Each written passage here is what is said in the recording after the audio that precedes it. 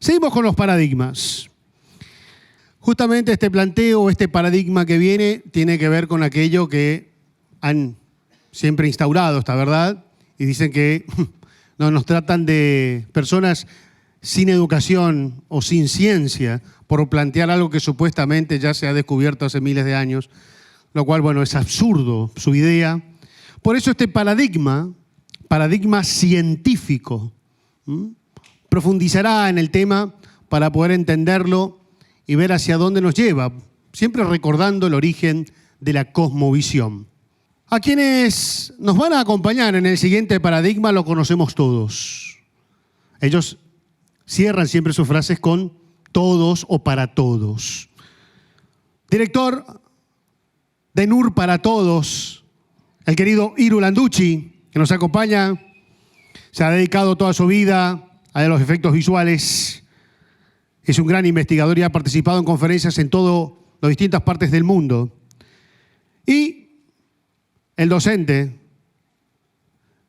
el señor Daniel Márquez, de Soberbia Somos Todos, tan animoso y tantas ganas de compartir este paradigma, que justamente esto es luz para todos desde el NUR, desde la soberbia. Iru Landucci y Daniel Márquez, paradigma científico, segundo encuentro, Tierra Plana, Buenos Aires, 2023, ¡vamos!, recordando el origen de la cosmovisión.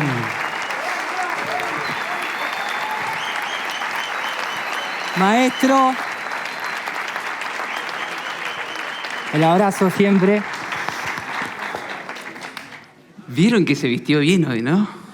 Nunca se viste. Porque otra vez vino mi vieja que está por allá. Ah, mira, saluda a la mamá.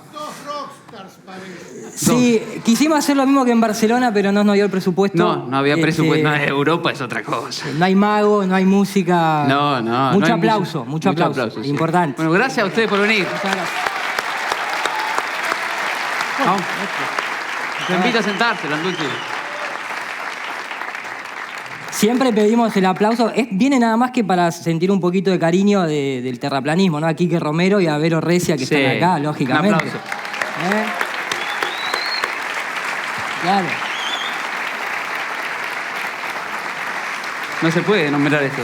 Bueno, este tiene un tinte, un toque amarillo. Un poco amarillo. Un poquito amarillo. Algo debe tener. De algún por lado ahí. viene eso. Bueno, a ver. Vamos a tratar de pasar la primer carátula. Dos. Vamos a tratar de pasar los carátulas de tanto hablar. Sí, no entremos en loop. Ustedes nos avisan, si nos ven lupeando en una discusión eterna, levantan la mano, por favor, se ponen a aplaudir, algo de eso hace. Bueno, a ver, un tema bastante interesante para abordar dentro del paradigma científico.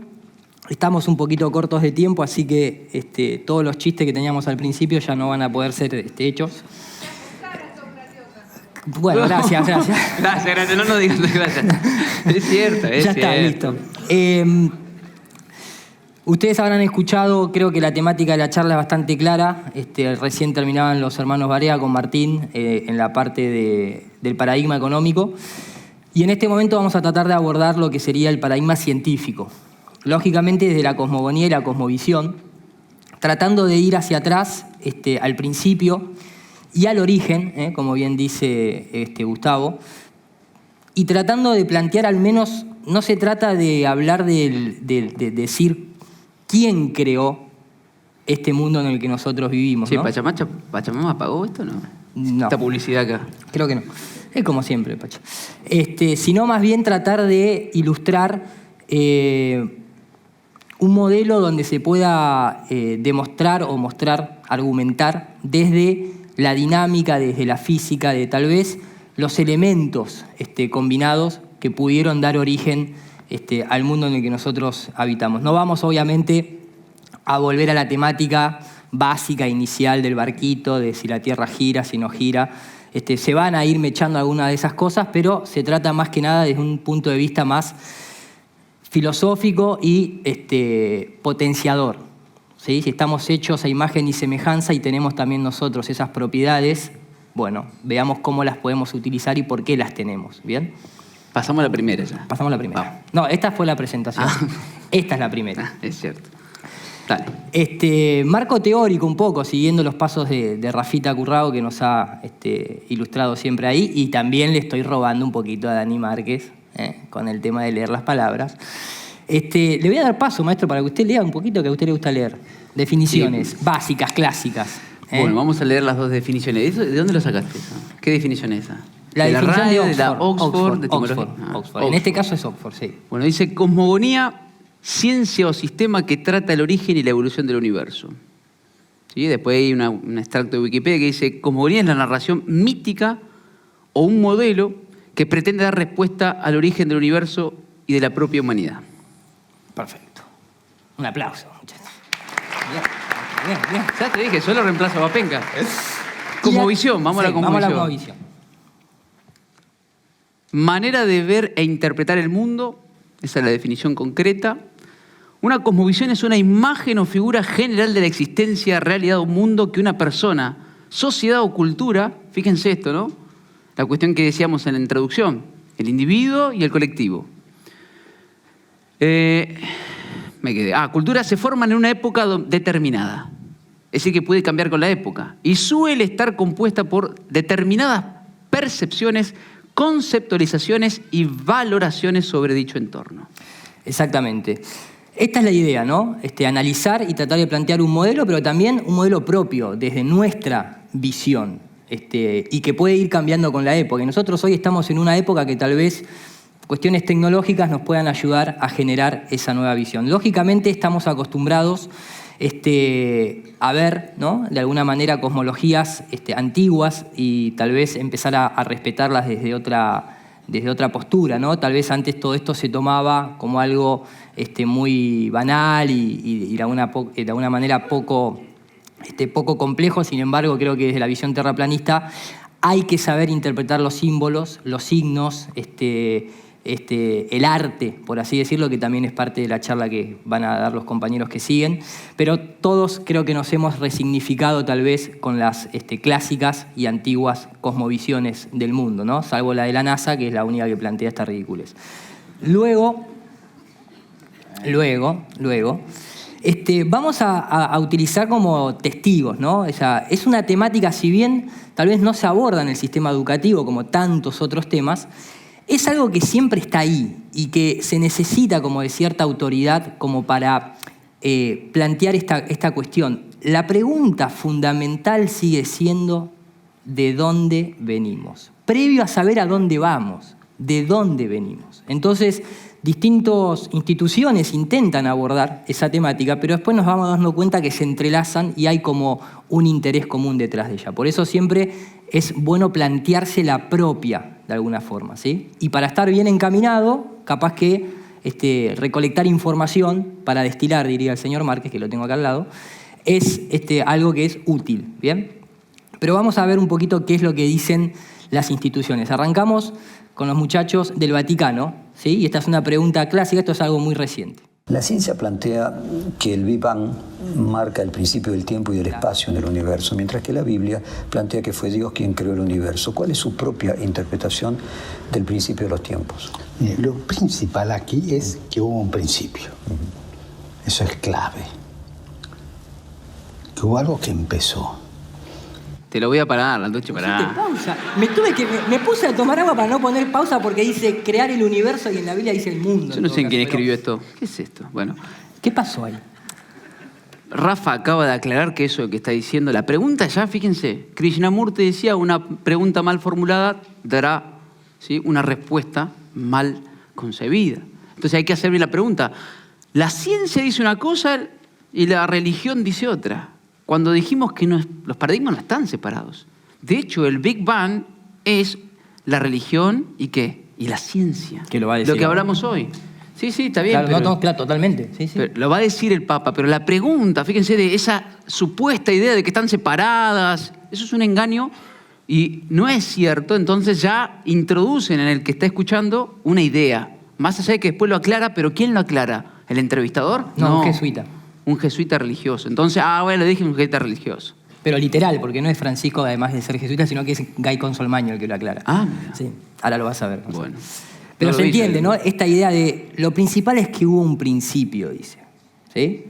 además de lo que aclara Dani. El libro del Génesis no fue el primero que se escribió en la Biblia. Primero fue el Éxodo, toda la experiencia de la liberación de Israel. Después miró hacia atrás y se preguntó cómo empezaron las cosas. Y esto es clave lo que voy a decir ahora. Y voy a usar una palabra, pero me la interpreten bien. Es un lenguaje mítico, pero en el sentido no de supersticioso, sino de mito como conocimiento, ¿no? El mito es una manera de conocimiento también. Lo interesante del lenguaje bíblico no es si esto empezó así, sino que hubo pausa, hubo desarrollo en la creación. O sea, como que hay una memoria anacrónica que vuelve. Y eso es un poco lo que vamos a tratar de recordar. Eso es sociología mitológica. Dicen que sí. ¿Será Rafa jesuita? Para mí que estaba abajo de la sotana. De todas maneras, tu comentario no le gusta al Papa y te voy a pedir que escuches esto y tal vez no termines la conferencia. Parece que Jesús se presenta, está figurando Dios, ¿no? Con rabia, y dice, vayan a los cruces de los caminos y tráiganme todos, sanos, enfermos, justos, pecadores, niños, grandes, todos. La palabra es todos. El llamado de Jesús es para todos. Dios solamente aparta a los soberbios. ¡La puta madre! Me tengo que ir. Sabía que no me te iba a gustar. mostraste esa. Sabía que no te iba a gustar. ¡Hey! ¡Ay! Me siento re mal ahora. Vamos a... Pero qué justo, Dios, que esa Qué palabra. bárbaro. Y sobre todo- Dijo todos primero. Y después los soberbios Claro, no, esos no. No es parte del todo, aparentemente. Está mal. Vamos a ver un poquito esto mismo, tal vez no desde la figura... Nos gustó la figura de Francisco en el sentido que habla del principio, pero esta es una pregunta que está obviamente siempre, no se puede escapar de este paradigma religioso. Entonces, acá la aborda Guy Consolmagno, ¿sí? el actual astrónomo del Vaticano, y dice cosas interesantes. The Big B. La gran cuestión, el libro del Perdón, Observatorio del Vaticano. Génesis frente a la teoría del Big Bang. Empezaré recordando que la teoría del Big Bang fue ideada por un sacerdote católico, Georges Lemaitre, y que muchos astrónomos de su época se opusieron a ella porque la consideraban demasiado cercana a la idea de la creación. Pero el Demasiado Más o menos. cercana, yo te diría que... Génesis no es un libro de ciencia. El Génesis es un libro sobre Dios, y todo lo que dice sobre Dios no solo sigue siendo cierto, sino que ahora que sabemos más sobre cómo se creó el universo, es aún más importante y más cierto de lo que el pobre tipo que escribió el Génesis podría haber creído. Piensa en lo que el libro del Génesis capítulo 1, los 7 días de la creación, ¿qué te dicen sobre Dios? Se toma el modelo estándar de la creación sobre la ciencia de su día, en el momento de la cautividad de Babilonia hace 2500 años. La mejor ciencia de aquel entonces, por supuesto que iba a estar obsoleta 100 años después. La mejor ciencia de aquellos tiempos decía que el mundo era plano y que un grupo de dioses lo hizo por accidente y que había un dragón llamado Tiamat, que es la palabra que el Génesis usa para el caos. El libro del Génesis toma ese pedazo de ciencia que todo el mundo conoce y lo expresa a su manera. Comienza diciendo, en el principio Dios ya está ahí en el principio. Dios está ahí antes de que haya un universo. Dios no es un Dios de la naturaleza que mueve los hilos dentro de la naturaleza. Dios está fuera del espacio y del tiempo, y eso es tan importante y tan profundo que hasta el día de hoy a la gente le cuesta flexionar su raciocinio ante ello. Es interesante lo que dice, por lo menos desde mi punto de vista. Primero porque algo que muchas veces repetimos, el Génesis no es un libro científico y la Tierra no es plana porque el Génesis de cualquier religión lo diga. Eso es un relato histórico, mítico, pero no científico en términos puros y duros. Sin embargo, ahí hay una cosmovisión, lógicamente hay una cosmología. Pero también está esta idea de lo que dije al principio. Dios, independientemente de que acá estemos viendo a alguien de la religión católica, en este caso de la orden jesuita, nadie nos va a poder decir quién es Dios.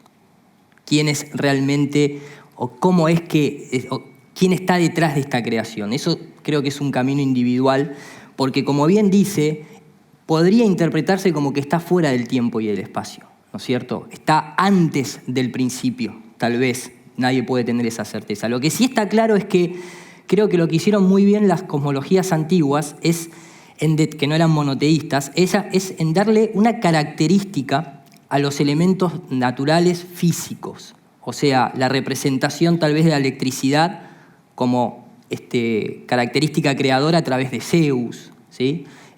O pónganle ustedes el arquetipo que quieran. Eran dioses de la naturaleza, pero en esa idea de cuidado.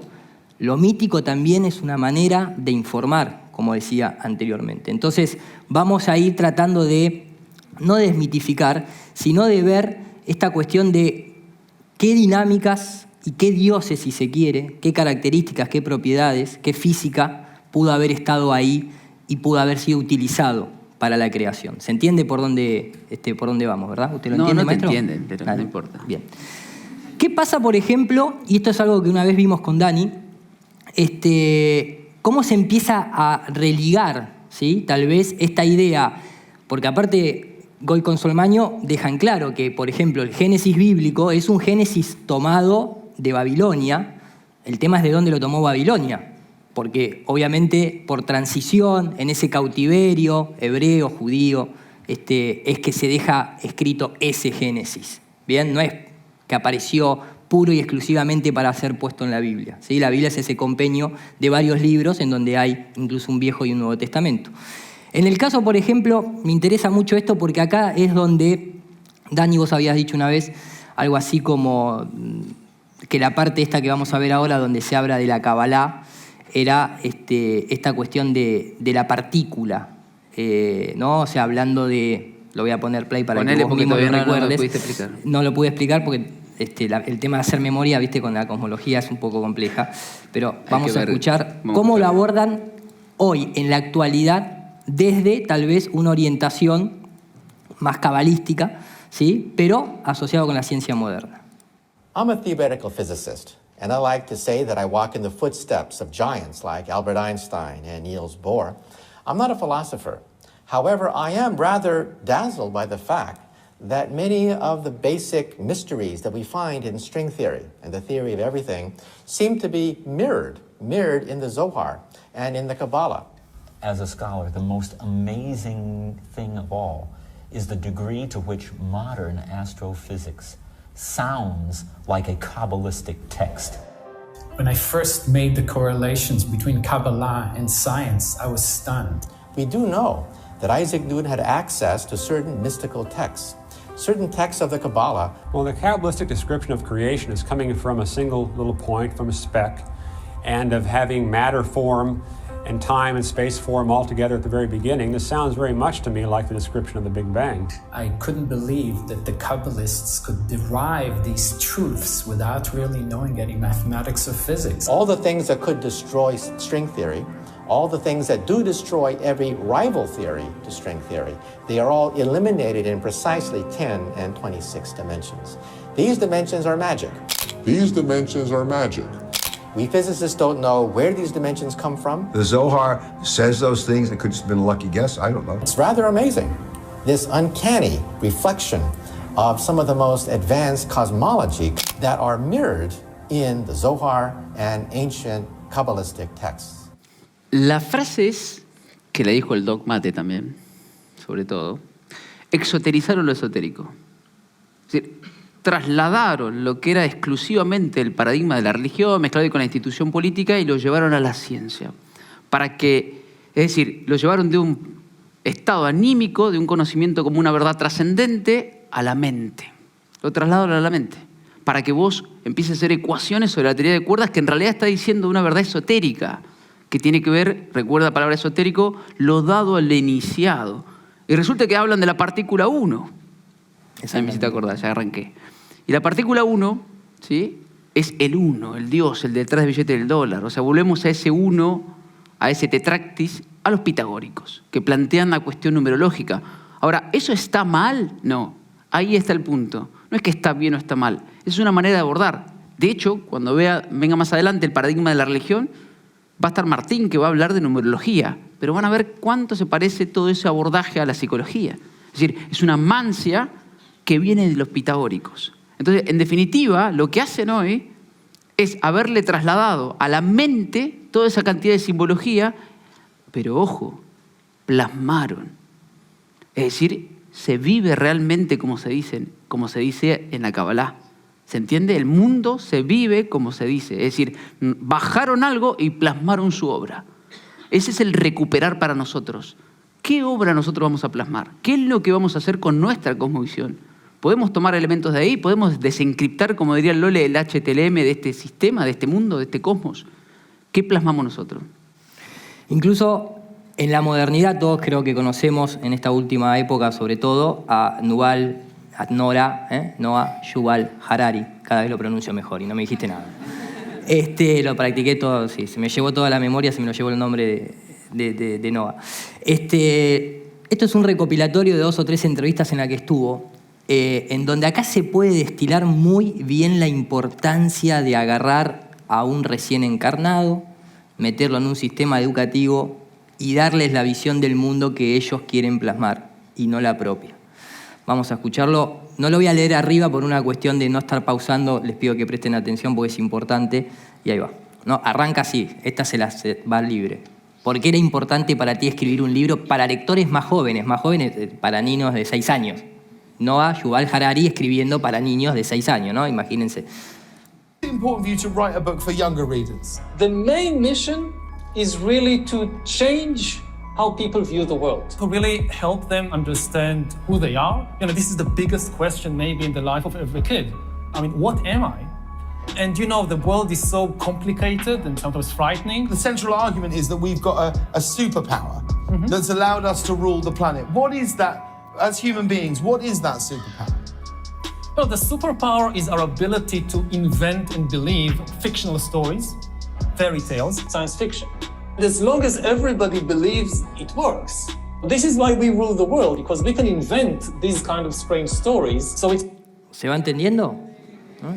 Continúa un poquito más, It's a very important genre. It's very easy to make people afraid. Never convince 1 million chimpanzees to come together to build a cathedral or to fight a war or to build a spaceship to the moon by convincing them in some story, in some mythology.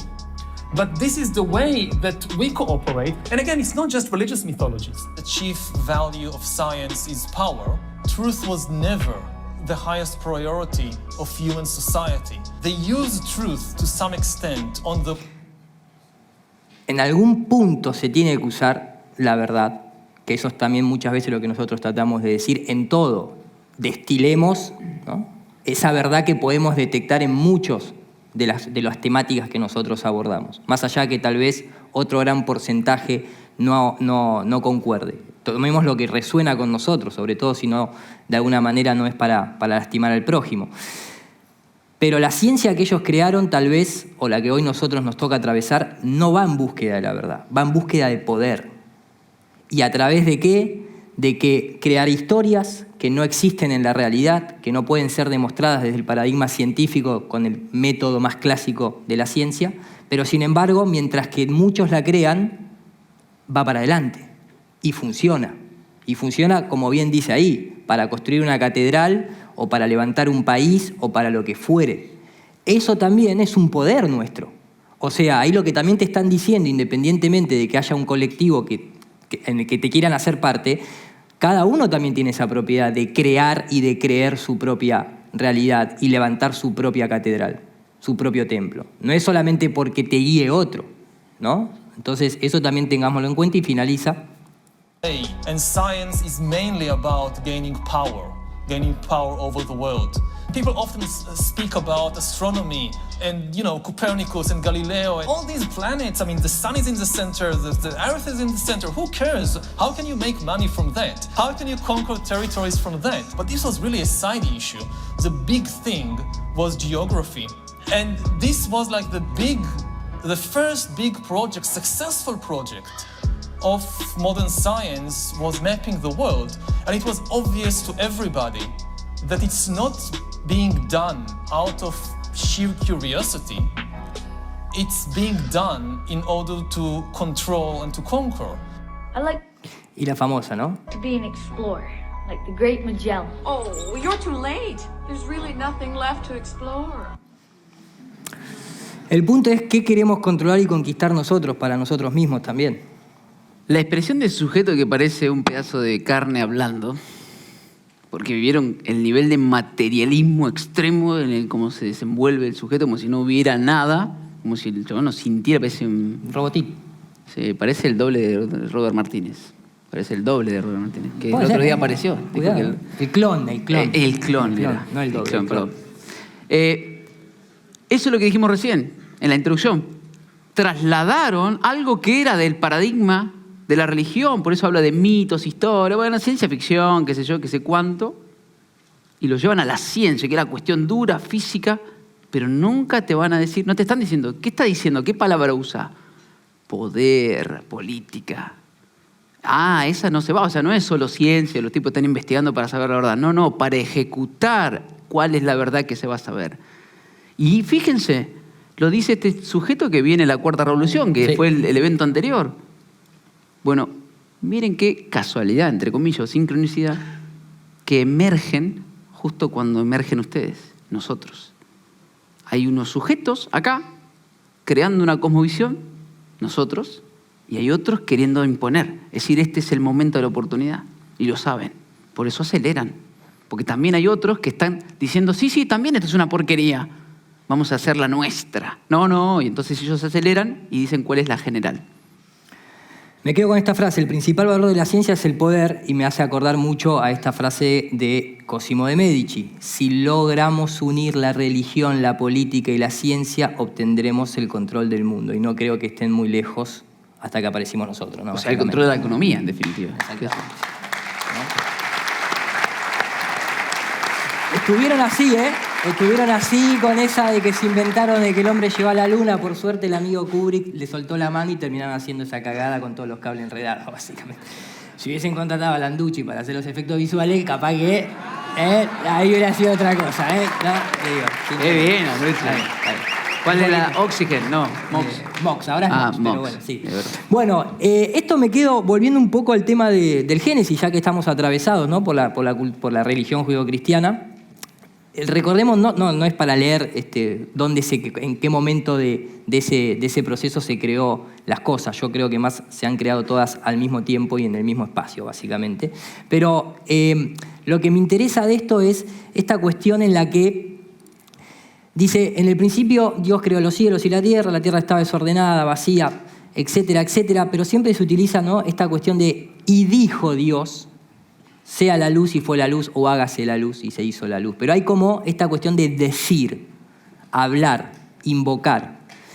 Y eso tiene una propiedad, que ahora vamos a ver más adelante, en términos de la generación de realidad propia a través de lo que uno lógicamente piensa, siente, pero también invoca y exterioriza con la vibración de la voz. La voz crea realidades y modifica realidades, sobre todo en términos culturales, en términos de seres humanos. Dani, párate. No se paró. Él no es una realidad que yo pueda controlar. No, olvidate.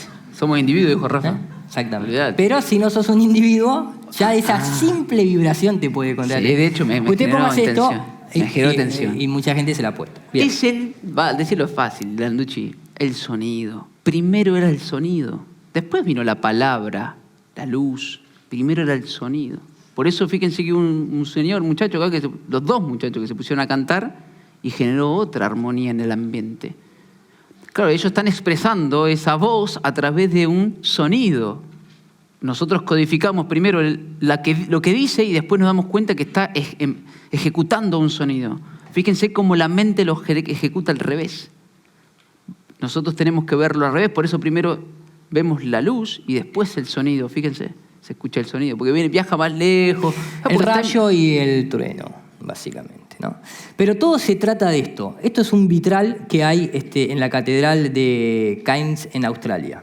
Y es como una actualización. Ellos plantearon el Génesis, de alguna manera, aquí en la Tierra, pero luego les quedó chico con la mentira del universo en expansión, y entonces ahora en esa misma catedral está también ese vitral, que intenta ilustrar en el principio era la oscuridad, luego vino la luz y creó los cúmulus cúmulus y las galaxias y los asteroides y los meteoritos y algunas, pero todavía ningún alienígena, salvo Robert Martínez, que es un reptiliano verde y blanco, clase 1. ¿Clase 1? Clase 1. Ah, mira. Igual que Messi, que Di María. Claro, el muchacho creo que era Messi y Di María. El que estuvo jugando ayer no era ese. No. O sí era ese. No sé, pero habría que también, entrar al vestuario un tiro y libre. mirarle un poco de las piernas, iba a decir. Bueno, digo... No, porque dicen que no tienen género los muchachos, los extraterrestres. ¿Viste? Ah, es verdad. Vienen en bolas viajando millones de años luz. Pero ¿cómo en bolas si no tienen género? ¿Qué es en bolas? Sin porque ropa, en bolas razón. es como que se te ven. Tenés razón. Y recordemos el tema de, que es muy interesante, lo dijo el jesuita Georges Lamet, Gain Consolmaño, la cuestión de el Big Bang viene de un sacerdote de la orden jesuita. Al menos aquí, actualizado en Wikipedia, dice Compañía de Jesús, una de las empresas más grandes del mundo, más que Coca-Cola, que McDonald's, etc. Fue el primer académico conocido en proponer la teoría de la expansión del universo, ampliamente atribuida de forma incorrecta a Edwin Hubble. Edwin Hubble era, ¿no?, de alguna manera, el aprendiz. La tapa signo. La tapa signo, para que los científicos no se pusieran nerviosos, porque ya en ese momento, como dijo Consolmaño, mucha gente ya no lo quería aceptar esto, porque venía también del mismo lugar donde... De la religión. De la religión. O de pero la institución religiosa. Pero sí, exactamente. El tema es, ¿de dónde obtuvo? Esto se lo agradezco a Federico La Rosa. ¿De dónde sacó la idea esta del átomo primigenio, que escribió incluso su libro, ¿no? The Atom of the Universe? De un libro de Edgar Allan Poe, de una poesía en prosa, llamada Eureka. O sea, no lo tomó de algo científico, porque es imposible ver el origen, el principio, creo yo, ¿no? Esto es su opinión personal. Entonces lo tomó de una narrativa poética. Y como vamos a ver más adelante, eso tiene mucho que ver, porque no hay manera de expresar ni de explicar el principio y el origen, tal vez, sin la poesía. Todo es poesía, en esos términos. ¿Bien? Después se pueden graficar, se le puede asignar una simbología, etcétera, etcétera. Igualmente existe la partícula... ¿Vos sabías esto? Esto es oficial. Oh my God. Esto es oficial, muchachos. ¿Oficial de quién? Bueno, de la oficialidad de la Office. La partícula Oh my God. Porque nunca se puede alcanzar a la luz. Ella siempre se escapa. Usted está oscuro, señor. Aquellos seres de luz no son de luz, son de 99,99999, 51, porque le faltaba un 6. Para que quede claro, ¿no? El 6. De la velocidad de la luz es una velocidad tan alta que si un fotón, me gustan los ejemplos estos, si un fotón iniciara una carrera con la partícula, serían necesarios 215.000 años para que el fotón adelantara a la partícula por más de 1 centímetro. ¡Vamos, el fotón! Qué bien, qué bien. Pero viste que encima... Los tipos no se pueden despegar. ¿La carrera de qué? ¿A dónde vas corriendo? Tranquilo, maestro. No, el tema es que no pueden despegarse de estas cuestiones institucionalmente religiosas, por así decirlo, ¿no? Porque ¿por qué oh my God, la partícula? Oh mi Dios, ¿no? A mí me gusta el capítulo de South Park, ese que a Cartman se congela y aparece en el futuro, en donde en lugar de decir oh mi Dios, es la santa ciencia. La santa ciencia, oh mi ciencia. Y así nos están llevando, así lo están llevando. El tema es que también, a mí lo que me gusta ver es el tema del cosmos. Una cosa es, sí, a ver, me interesa saber cómo está creada la naturaleza para interactuar con ella, pero también nosotros somos un cosmos. Nosotros mismos, adentro, tenemos esas mismas propiedades, seguramente, de lo que está afuera, porque hemos sido creados para estar en este ambiente. Después vendrán todos los quilombos, hay que pagar la cuenta, la luz, me aumentan esto, aquello, etcétera, etcétera. Pero hay que también manejar, de alguna manera, nuestro interior, a través de la química, pero también a través de los pensamientos, también a través de las emociones. Muchos nos hemos redescubierto con la nueva medicina germánica. Nadie es perfecto, lógicamente, todos vamos a tener que trascender este mundo. Pero no veamos siempre la palabra cosmos. Cosmos es orden, y nosotros tenemos un orden. No somos un conjunto de caos y que las cosas adentro nuestro se vuelven locas porque sí, etcétera, etcétera. ¿Bien? De hecho, muchas de las culturas de la antigüedad y también en la modernidad, por más que parezcan dibujos un poco fuera de atemporales, siempre se ha tratado al ser humano como esta cuestión integrada de lo femenino, de lo masculino, de lo positivo, de lo negativo, pero no lo negativo en términos malos, sino simplemente en términos de polaridad. donde no hay maldad. A veces hay que estar vacío para llenarse, otras veces cuando uno se llena tiene que saber de qué se ha llenado, ¿no? Pero muchas de las culturas veían al cosmos del cuerpo del ser humano como un todo, lógicamente, pero gobernado, si se quiere, o conducido por electricidad y magnetismo. Hace muy poquito los hermanos Barea nos brindaron la charla del corazón helicoidal, y una de las bombas tal vez más principales en términos magnéticos es la bomba del corazón, ¿no? Que genera ese campo magnético, pero es algo sabido, ¿no? Entonces, cómo regulamos, cómo controlamos ese tipo de cosas, también es parte de un cosmos. No es solamente tratar de entender cómo funciona el afuera. No busques afuera, date la vuelta y explora tu ser. En todas las religiones hay referencias al guía interno, en sus enseñanzas, ya sea del espíritu crístico, el Atman, el Christos o simplemente el Dios interno de cada uno. Y Gustavito decía, me puse delante de mis ojos para ver chispas de oscuridad, no es tan importante, sé que Dios es bipolar. Esta frase, independientemente para lo que lo haya escrito Gustavo, a mí me gusta tomarla porque hay que ponerse delante de uno, me gusta en esa idea de la proyección astral, pero también simbólicamente, ¿no? Verse al espejo también muchas veces nos determina quiénes somos y qué es lo que podemos estar haciendo bien y mal. Y ese Dios bipolar, a mí me gusta tomarlo en estos términos, de alguna manera, de esos dioses de la naturaleza, ¿no? En esta cuestión eléctrica y magnética, no de un tipo que se volvió loco y es bipolar y cambia constantemente de ánimo, ¿sí? Como tal vez está muy asociada culturalmente esa palabra. También recordemos simplemente una cosmología que se cita mucho. Los griegos ya sabían que, no sé si los griegos sabían o no sabían, pero su cosmología era de una tierra plana en donde, como bien Dani explica muchas veces, esa idea de la esfericidad en términos de los griegos. Sí, la esfericidad viene a través de lo que es el cuerpo perfecto. Pero lo que ellos decían es que, en virtud de esa separación del cosmos, la esfera era una esfera de influencia, no que el planeta era esférico.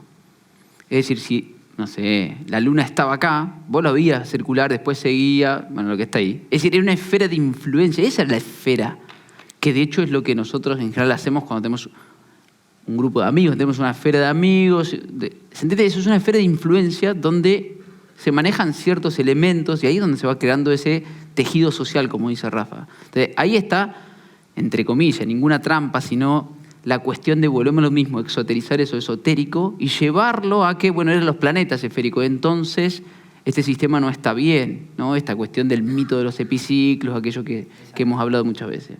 Pero siempre ellos creían en la figura del círculo, la figura en términos 2D, como la figura perfecta, porque Dios era perfecto y había creado en perfección, y era la figura perfecta, y la esfera era el cuerpo, el volumen perfecto. Y como Dios era perfecto, tenía que ser. Esos son los axiomas. Exacto. O sea, a ver, no se discute. A partir de ahí construyo. Uno diría es una premisa, una hipótesis. Bueno, eso es el axioma. A partir de ahí construyo todo. Bueno, el tema es, tenemos un inconveniente en que ellos, no sé, que aparezca un amigo ingeniero, el que a ustedes se les ocurra, y diga, sí, yo igual sigo pensando que es esférica. No. Pero sí decí, y no te olvides, se te cayó una cosmovisión por el piso. Me gusta esa, ¿eh? Te la vas a guardar. Se te cayó la cosmovisión por el piso, fíjate, porque tenés que decir que tiene que ver con los pitagóricos, que eran oficialmente una secta, ¿sí? Es decir, una orden religiosa, se decía en su época. Tenés que decirlo. No te hagas el neutral, no existe eso. Ese es el punto para nosotros en la discusión de con cualquier individuo. A ver, intercambio de opiniones. Ellos creen que no tienen cosmovisión. Esa es la mentira más grande que existe. Ese es el dolor del alma del Rafa Currado. El demiurgo, hablando de los griegos, acá tenemos varias opiniones, lógicamente, pero voy a ir un poco a la clásica y mi reinterpretación, ¿no es cierto? El demiurgo se dice que es la descripción de una deidad que en la filosofía idealista de Platón y en la mística de los neoplatónicos era considerado un dios creador del mundo y autor del cosmos, y el cual posteriormente en la filosofía gnóstica derivó en la entidad que, sin ser necesariamente creadora, es impulsora del cosmos. Demiurgo significa literalmente maestro, supremo, artesano o hacedor, ¿bien? Y de alguna manera, yo me considero un supremo artesano y creador. Y no le encuentro ninguna cuestión negativa a hacer eso. Después vinieron otras filosofías en el que tal vez tomaron ese concepto y lo vieron como no te vas a crear vos tu propia realidad. Cuidado que tal vez es demasiada libertad y no la vas a poder manejar. Claro, la expresión es el cosmocrator. El cosmocrator. Es uno. El uno. No hay otro. Ustedes no. Vos, ni ni nosotros, no. Esa es la discusión. El cosmocrator es uno. Afuera está y es en esta institución o en esta incluso secta o en esta doctrina, ¿sí? En esta visión. Ahora, fíjense esta cuestión del hacedor, el creador de sí mismo también incluso. Ahí está el punto. Es cómo tomar la palabra demiurgos, dada hacia afuera, entregada hacia el otro y apropiársela. Hacer inmediatamente. Ese es el punto. Tal cual. De hecho dice, dependiendo del sistema, el demiurgo puede ser considerado increado y eterno o producto de alguna otra entidad, así como también malevo, ya que está vinculado al mundo material. El demiurgo parte del caos y lo ordena para construir el mundo, como el artesano crea una vasija a partir de un montón de barro. Entonces, esta cuestión también decía Platón, nos cuenta que el demiurgo se compadece de la materia y copia en ella las ideas, obteniendo con ello los objetos que conforman nuestra realidad. De esta forma explicaba la separación entre el mundo de las ideas, que son perfectas, y el mundo real material, que siendo imperfecto participa como una copia de la perfección. Yo particularmente digo, alguien que es artista, bueno, primero piensa una idea y después la lleva a la materia y tal vez, lamentablemente, nunca va a ser tan buena como la pensaste. Y tal vez copies la idea de otro. Lo que quiero decir con esto es, depende del sistema, como dice ahí, y depende entonces de uno cómo se quiera reconocer en este sentido de hacedor, de artesano, no solamente la propia realidad en términos generales, sino en términos profesionales también, en términos del linaje, en términos de encarar un proyecto y demás. Hay energía, hay fuerzas, hay voluntades que se puede generar de ese caos mental que uno tiene, sacar un orden. Sacar bellezas de este caos es virtud, dice justamente Gustavo Cerati. Estas son cosas que a mí me gustan, por eso acá el demiurgo, por ejemplo, está representado en una imagen que no es ni un demonio, es simplemente una simbología que después seguramente vean en la charla siguiente, donde hay una serpiente con una cabeza de león, está el sol, está la luna. Son elementos de la naturaleza que nosotros podemos utilizar para meditar, para preprogramarnos de alguna manera, para ser utilizados a la hora de ser un hacedor. ¿Bien? A ver, ¿el demiurgos otro existe? Sí, será el Dios. Ahora, la pregunta que hay que hacerse es si ese tiene que ver con nosotros o si es el único que existe. ¿Sí? Ese es el punto. La obra afuera existe. De hecho, hay un otro, acá hay otro. Medio boludo, pero hay otro afuera. ¿Sí? Planudo, entonces el otro existe, está ahí. Ahora, el tema es, en virtud de cómo me relaciono con él, es la cosmovisión que voy a traer, y ahí aparece el colectivo, lo que decía Rafa, que habían 2 sujetos y de repente eran 3. Ese es el punto. ¿Cómo me relaciono a través de eso? Después, obviamente, cosmología hindú también, la van a ver más adelante. Uno la puede, tenemos el derecho a reinterpretarla, ¿eh? Ojo, es como creo que decía, no me acuerdo si era Ricardo Iorio, que también le mandamos un saludo. La canción la compuse yo, pero que cada uno la tome como quiera y la simbolice como quiera. Entonces, si bien sí estaría bueno poder hablar podemos hablar con los hinduistas de este tiempo, ¿no? No con el primero que tal vez, o el grupo que se pusieron a diseñar este tipo de símbolos. Pero quiero decir, a mí me gusta reinterpretarla de esa manera. La serpiente como algo que representa la aurora boreal, que serpentea en el cielo, que es color verde, que también está muy ligada a la información, a la Matrix y demás. El tema acá se ve claramente el Monte Meru, podría ser, porque aparte está ligado, ¿no?, a toda esa cosmología también con la védica. Y así sucesivamente, utilicemos también lo que incorporamos para reinterpretar las cosas, no para simplemente aceptarlas como han sido dadas. Obviamente el cosmos hindú también habla de estas esferas de influencia. Son herramientas, como dijo al principio en el video del Papa Francisco. A través de la mitología no es algo que no existe, es una herramienta de conocimiento, que tal vez llega mucho mejor que la literalidad simplemente. De hecho, es muy interesante porque cuando vas más para atrás, esta parte la voy a pasar rápida, es interesante porque todos parecieron haber bebido de una fuente inicial, o al menos se ve ese relato en los sumerios. Los sumerios pareciera ser la gran incógnita muchas veces, ¿no? Porque, al menos porque haya sido ocultada o no, anterior a los sumerios parecieran no haber registro. Incluso los sumerios propiamente en Mesopotamia ni siquiera tienen rasgos arquetípicos de la zona, como los babilónicos, como los persas, como los acadios, como los asirios, parecieran venir de otro lado, o vaya a saber qué, porque, repito, no hay prehistoria anterior a Sumeria. Pero, por ejemplo, a través de esta charla que da la profesora Ana María Vázquez, profesora de Historia Antigua en la Universidad de Valencia, muy interesante, dura como 2 horas, plantea muchas cosas que son interesantes. Por ejemplo, el primer teorema de Pitágoras vino de Sumeria. Los sumerios utilizaban los triángulos y tenían, por ejemplo, ya todo ese conocimiento matemático y geométrico. De hecho, hasta en el IBM de Irán, se estaban tratando de analizar y de decodificar tablillas sumerias por la matemática avanzada que utilizaban. Más allá de que tal vez fueron los primeros en los que dieron una idea de un Génesis. Solamente que ellos tenían otros nombres para las propiedades creadoras de quien haya sido que creó este universo, y entonces por eso eran dioses, entre comillas, panteístas, podría utilizarse una palabra actual, pero eran dioses de la naturaleza. Era una cuestión de simbolizar, nombrar, arquetipizar un fenómeno natural, físico, en una imagen. No es que la diosa Inanna es la diosa de la guerra y el amor. Bueno, la hicieron así, pero ¿quién va a negar que la guerra y el amor existe? Simplemente le pusieron una caracterización, nada más. Ahora usted utilice, diría Dani Márquez, ¿no?, el misterio de amor y el misterio de la guerra para lo que usted necesite, independientemente que sea o no sea esa imagen. Después puede venir la tergiversación y todo ese tipo de cuestiones. Incluso este es un arco sumerio. Muy interesante la charla, no la voy a pasar, pero acá explica cómo justamente... Y se colgó el güey, me cago en Bill Gates otra vez.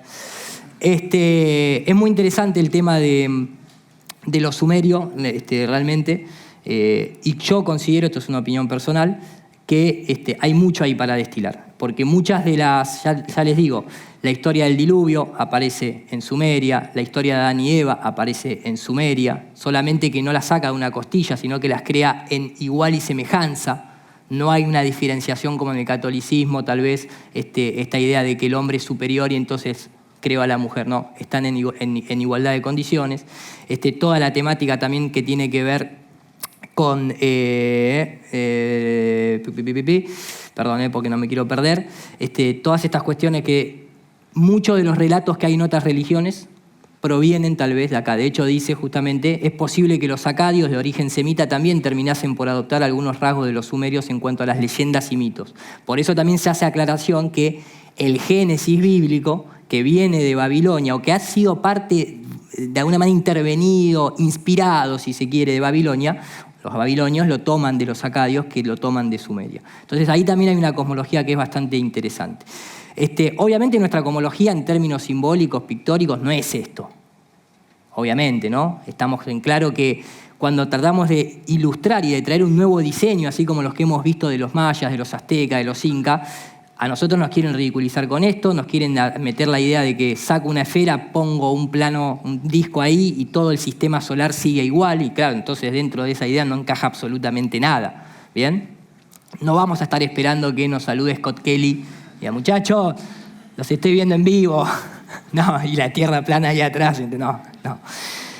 Tal vez lo más cercano a esa interpretación es algo así, ¿no? O sea, obviamente una tierra plana, del estilo mapa de Gleason, pero luego es esta idea de ese campo electromagnético, esa batería, esa bobina Tesla, como él mismo referenciaba, donde hay toda una interacción entre las energías eléctricas y magnéticas. Hay un sistema que está en equilibrio, ¿sí?, en donde hay un intercambio constantemente de los elementos y nosotros somos parte, lógicamente. Algo en miniatura, en una pequeña escala, un centro magnético fundamental. Mirá qué música, ¿esta la pusiste vos, DJ? No. Okay. ¿Esa no es tu presentación? Imaginémonos, ¿no?, donde se puede a través de un campo eléctrico-magnético, generar un entorno cerrado. Yo no estoy diciendo que haya una cúpula de estas características, en absoluto, pero esta es la idea en la que con electricidad y magnetismo se pueden generar las dinámicas que nosotros vemos y que interactuamos todos los días. Acá la discusión también muchas veces es, ¿el cosmos es eléctrico-magnético, luz y sonido, o es gravitacional? Que es un poco la temática a abordar. Lógicamente, tenemos frases muy míticas ya, podría decirse, ¿no? Sí, sí, sí. Muy usadas. Muy utilizadas. Conocer los secretos del universo, pensar en términos de energía, frecuencia y vibración. Pero ¿cómo aplicamos esto? O sea, ¿por qué lo dice de esa manera, no? Experimentación de Nikola Tesla y tantos otros con este tipo de flujos es muy interesante. Ahora lo vamos a abordar. Yo no sé si esta frase es realmente de Nikola Tesla o no, pero me gusta. La Tierra es un reino, no es un planeta. No es un objeto, no tiene bordes. Y la Tierra también es una máquina, una bobina Tesla. ¿Bien? No está saliendo atrás, dicen los muchachos. No, los muchachos igual dijeron que... Ahí está saliendo atrás nuevamente. Bien. Entonces mostraba esto, no sé si había salido. Y luego estaba esta. ¿Bien? Ahora, cuando hablamos de esto, esto es una expresión muy simplista, muy reducida, que solamente está mostrando cuestiones más físicas, si se podría decir. Pero a mí me gusta mucho, no lo voy a mostrar el video completo, ahí acá se puede tildar el Windows otra vez, y yo sabía que esto iba a pasar. Qué gran problema que tengo acá con esto, maestro, ¿eh? Perdón, así esto es no una te expresión... va a contratar la NASA, dijo que recién que lo quería contratar la NASA. Es verdad. No puede poner un PowerPoint. No, este es el PowerPoint que no me está... Sí, lamentablemente, y no tengo los videos individuales. Bueno, voy a tratar de dejarlo en play, aunque... Capo, vos los metés mano. No, es el PowerPoint. También está toda la parte que van a ver más adelante, pero también háganse la idea que cada elemento que nosotros vemos en el cielo tiene esa armonía, tiene esa conexión. Acá dice la palabra de Dios, pero también la espada de Dios. Y uno dice, pero la espada de Dios... Bueno, hay cuestiones esotéricas, lógicamente, simbólicas, en donde cuando se habla de frecuencia, vibración y energía, cuando uno va a culturas antiguas, se le asignaban esas propiedades a los planetas y a los cuerpos celestes y a las cosas. Es un sistema muy complejo, muy armónico, por eso digo que también el hombre es un cosmos en sí mismo. Hay como un diseño inteligente, hay una armonía que se puede... Y la armonía no es ni la suma, ni la resta, ni el promedio. Es otra cosa la armonía. Entonces, hay un sistema, hay un reloj, hay un mecanismo en donde todo está de alguna manera integrado. ¿Bien? Hay una huella, podría decirse. Después ustedes verán en Analema y demás. Acá también se representa mucho, ¿no? Esta idea, la luna, el ánodo, 256 Hz, representa tal color, representa tal nota musical, sus fases, el enigma, decía ahí, ¿no? Pero la NASA ya le vio la otra cara a la luna de todas maneras. Y así con cada uno de esos planetas, ¿sí? Eran cuestiones simbólicas, pero que tiene también su parte, de alguna manera, más también científica, podría decirse.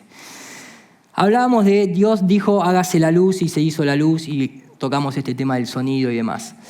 En términos, al menos científicos, acá nos ponemos un poquito más materialistas, cuando hace poco tiempo, esto es un artículo del 2 de marzo del 2005, se recreó una estrella dentro de un recipiente. Lo hicieron a través, ¿no?, de lo que se denomina la sonoluminiscencia, sonido en luz.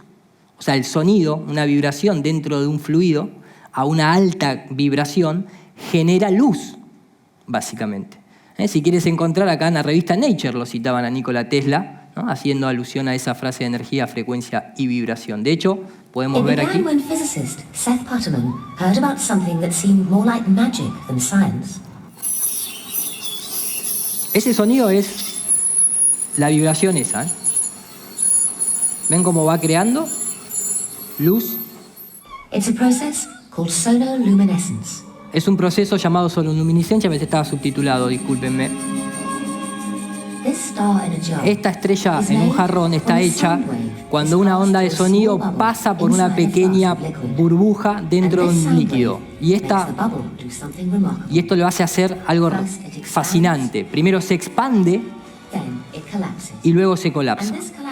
Y este colapso pasa tan violento y tan rápido que las moléculas atrapadas dentro de esa burbuja se calientan tanto que la burbuja se vuelve luminosa y queda atrapada como una estrella. De hecho lo dice. Looks like a star in the heaven. Entonces empezamos a ver que tal vez lo que nosotros vemos como estrellas no son esas cuestiones termonucleares de fusión y soles a millones de kilómetros. Son soles. Tal vez sea esto. Tal vez sea producto de la soluminiscencia, ¿no? Me gustó tu traducción, ¿eh? Estás mejor que como diseñador. Gracias, maestro. De hecho, en universidades, nadie entiende japonés, no importa, está bien traducido, es del amigo. ¿Cómo que no? ¿Alguien sabe japonés? Dice, yo le quiero enseñar a cada uno que hay un estudio muy interesante. Vamos a ponerlo ahí.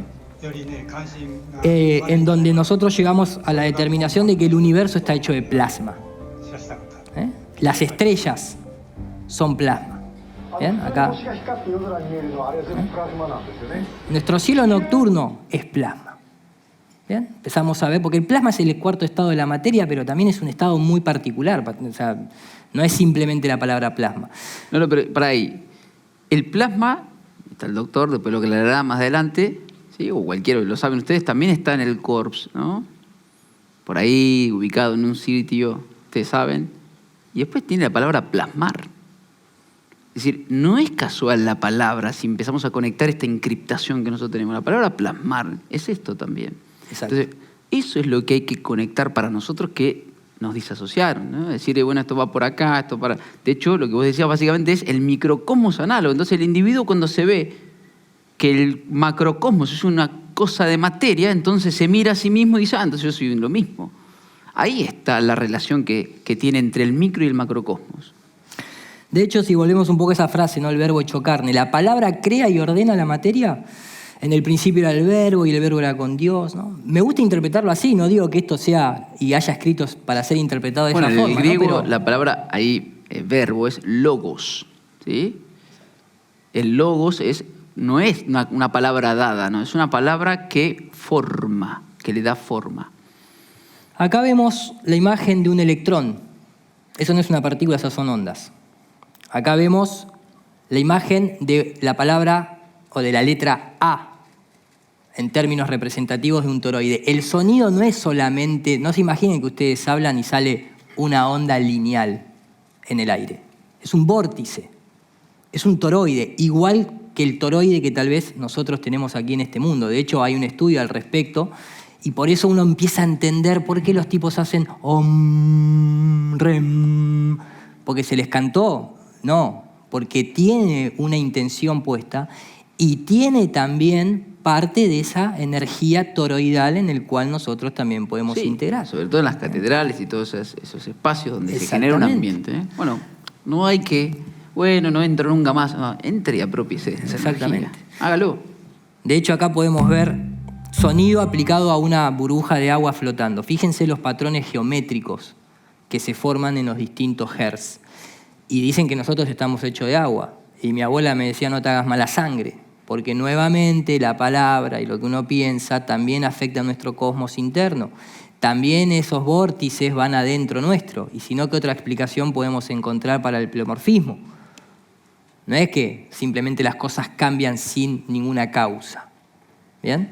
Acá podemos ver entonces el sonido y el agua, en este caso el fluido, en armonía. De hecho, lo decían así, ¿no? También sal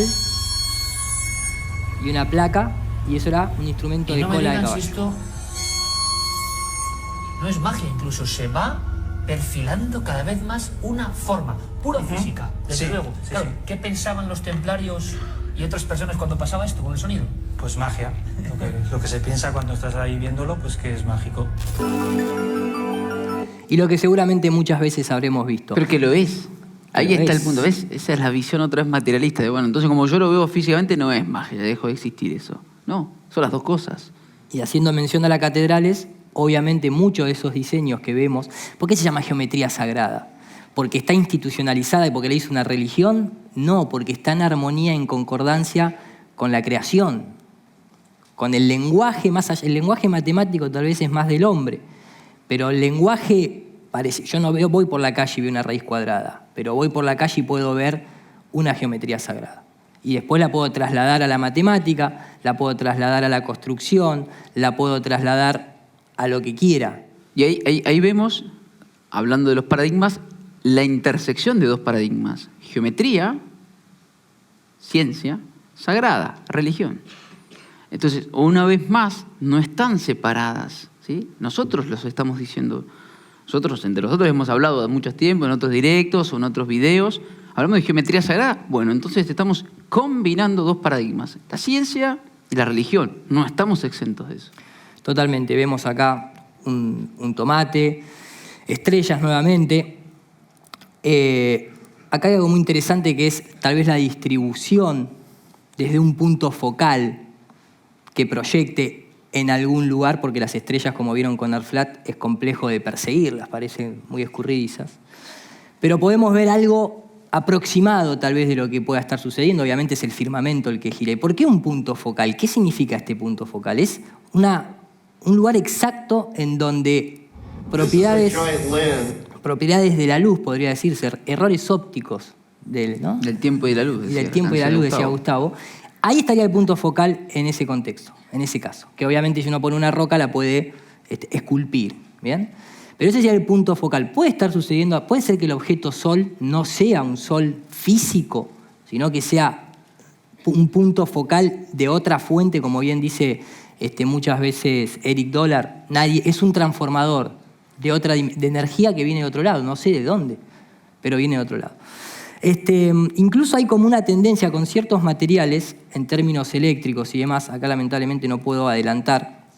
Esto es plasma, ¿sí? Al vacío. Cuando se le acerca a un imán, fíjense que lo curva y además lo hace rotar en una dirección predeterminada, en este caso según la polaridad, lógicamente, del imán. Cuando está más arriba se puede ver un poquito mejor. Ahí se puede ver cómo tiende a girar, en este caso de izquierda a derecha, y ahí ya está girando a muy alta velocidad, por eso parece que se hace transparente. Entonces empezamos a ver que nosotros tenemos plasma en las estrellas, tal vez plasma en el Sol. Hay quienes dicen que la Luna es plasma. Está muy plasmado el tema, maestro. Absolutamente. Y eso también genera movimiento. Acá lo podemos ver en escala muy chiquitito. Una bobina, un dispositivo tipo Tesla y plasma en movimiento, girando sobre un eje. ¿Dónde está ese eje? ¿Dónde está ese simbólico Monte Meru? Habría que ir, pues tenemos que financiar una campaña. Pero incluso con algunos materiales, es muy interesante esto. Einstein's work is only a slight modification of Newton's work. But we do understand that Newton's work has, Newton's work, for example, Newton says, this is my one. Says anything that's in motion tends to remain in motion, right? Okay, so I have something, and I'm taking it around counterclockwise. Que es donde gira Polaris. And what Newton said is true. He just wants to go around, around, around, around, around. Sería antihorario. This particular thing is called a cell. It is not. It's clear plastic. There's nothing in it. Okay, now I'm going to take it around clockwise. It says, no, I don't want to do that. It's just like my children. I will do it my own way. How did it go the other way? Precisely. A Newton's law. Is that because of the rotation of the planet, or? Well, Me parece que no. In fact, first of all, Lo corto acá, pero pareciera haber una orientación, una rotación, ¿no? Predeterminada tal vez para algunos materiales, para algunas cuestiones. Obviamente nosotros lo hemos visto en términos de las estrellas, ya todo el mundo conoce. Esto es incluso una ferrocélula. Esto es un imán iluminado. ¿Por qué? Porque el campo magnético no se puede ver. Lo podés hacer aparecer, podría decirse, lo podés manifestar visualmente con polvo de hierro, ¿no? Con luz. Pero esto es un campo magnético. Los campos no se pueden ver. Se pueden descubrir tal vez con ¿no? Una intervención. Físicamente, recuerden, la palabra campo existe por definición sola y es un espacio, es decir, una región donde se manifiesta algo. Si es magnético, fuerza magnética, si es eléctrico, fuerzas eléctricas, bueno, si es gravitacional, gravitacional. Entonces, el campo es eso, es un sector, es un lugar, un espacio, ¿sí? Que obviamente está sujeto a esa cuestión conciencial, que es el tiempo. Por eso se piensa primero y después se plasma. Claro, el creador, o como se diga, piensa los elementos de manera perfecta y después se empiezan a plasmar, empieza a estar en lo que se llama la perfección y empieza a ejecutarse en acto. Por ello ellos esotéricamente dicen del alfa hasta el omega, y son iguales. Es decir, parten de una perfección, empiezan a plasmarse, entra en acto, en acto, en acto, y vuelve a la perfección de acto puro, ¿sí? Y cero pensamiento. Pero esta perfección es igual que esta, el Uroboros, ahí se juntan. Por ejemplo, en la cosmología védica, el Shri Yantra, instrumento mecanismo, cuando uno lo ve de esa planitud 2D y lo lleva al 3D, está el famoso capas de cebolla, donde ahí se puede ver la representación del plano físico donde nosotros habitamos, rodeado de un campo toroidal electromagnético. Pero claro, vos decís, bueno, pero esa propiedad existe realmente en un imán, en un campo magnético, y acá podemos visualizar en 3D un campo magnético. Ustedes quieren un agujero negro, está ahí. De donde tal vez de ese vacío, de donde el vacío también es una potencialidad infinita, no es que está vacío, no es lo mismo que la nada, es una fuerza el vacío. De hecho, el vacío se considera una de las fuerzas más poderosas que hay dentro del mundo físico. Por algo el vacío se utiliza para levantar cosas que pesan cientos de toneladas, por ejemplo, ¿no? Para citar algo que se pueda interpretar. Pero esto es una visualización 3D de un campo magnético, y ahí se puede ver el plano de inercia, que es donde nosotros habitamos. Por eso también existe orientación magnética. La orientación que los objetos caen no tiene por qué ser gravitacional. Es más, con 2 placas Gauss, ¿no? Sí. Entonces, eso también lo vemos representado, el toroide, en la simbología de controlar al toro. Puede ser por la era de Tauro, simplemente, puede ser, pero también puede ser por el toroide también, ¿no? Por hacernos nosotros fuertes, nosotros mismos interpretando eso. La naturaleza no es A, B en una línea recta para llegar más rápido porque no está apurada.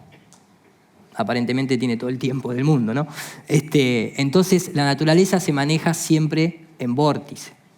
Bien, ahí hay que hacer también esa aclaración, y es, nuestra mente sí funciona así, porque ve los estados, pero no ve el proceso. No lo puede ver. Por eso se dice, saca una foto y saca otra foto. Por eso decimos que si uno lograra sacarse esa especie de continuidad, de ahí aparece la física cuántica, de quantums, en realidad hay fotos de fotos de fotos de fotos, porque nuestra mente lo percibe así. Por eso se piensa en dual, A a B. El proceso, ¿sí?, no se puede percibir para nuestra mente, por eso linealizamos las cosas. Ahora, esta obra, ¿sí?, este mundo no tiene cosas lineales, pero nosotros sí le introducimos cosas lineales. Exacto. Entonces ahí aparece la otra pregunta, y bueno, ¿qué es eso? Que introduce linealidad, es decir, lo que se llama el misterio del ángulo recto. Que nosotros, ustedes ven a la naturaleza, no hay ángulos, pero nosotros sí generamos ángulos rectos. Maldito Demiurgo. Tu amigo. Por ejemplo, a través de un imán, ¿sí?, en este caso lo van a hacer rotar por una cuestión de poder visualizar lo que vamos a ver cómo se produce una galaxia magnética. Con polvo de hierro, lógicamente. Yo quiero saber cuánto tenemos. Nos faltan 25 minutos. ¿Vos chequeaste que ahora entramos? Por las dudas. Ahí se puede ver, ¿ves? También es un yin y un yang. O sea, el magnetismo también produce esa famosa imagen que nosotros vemos del yin y yang. ¿Y cómo sabían esos tipos? Porque cuando vimos el primer video, los tipos estaban sorprendidos solamente de la Kabbalah. Y de las demás culturas no. Una intención clara. Me pareció. ¿A vos también te pareció? No. Ah, no. Yo no desconfío de nadie. Porque viste que la ONU te puede etiquetar de anticabalista. Anticabalista, tranquilo.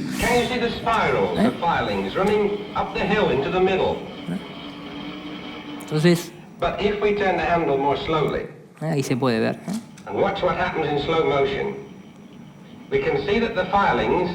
Etcétera, etcétera. Y obviamente dentro del universo eléctrico, más allá de que nosotros hoy lo llamamos cosmos, Don Scott, Wallace, pronunciate Thornhill. Bien. hablan y explican y dicen, miren, todo lo que... Thor.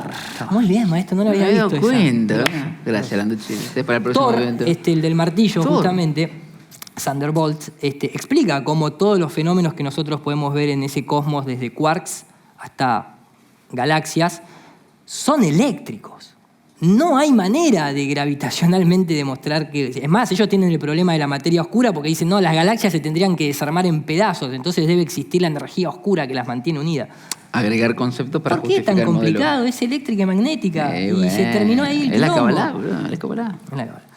Obviamente, siempre, incluso el propio Albert Einstein hacía el comentario, ¿no?, de que un campo magnético y eléctrico son realidades físicas. Ahora, un campo gravitacional, imagínenselo como esos, porque nosotros no se los podemos mostrar. Esto es un poco con lo que van a ver más adelante, el tema de cómo el Sol se mueve arriba nuestro.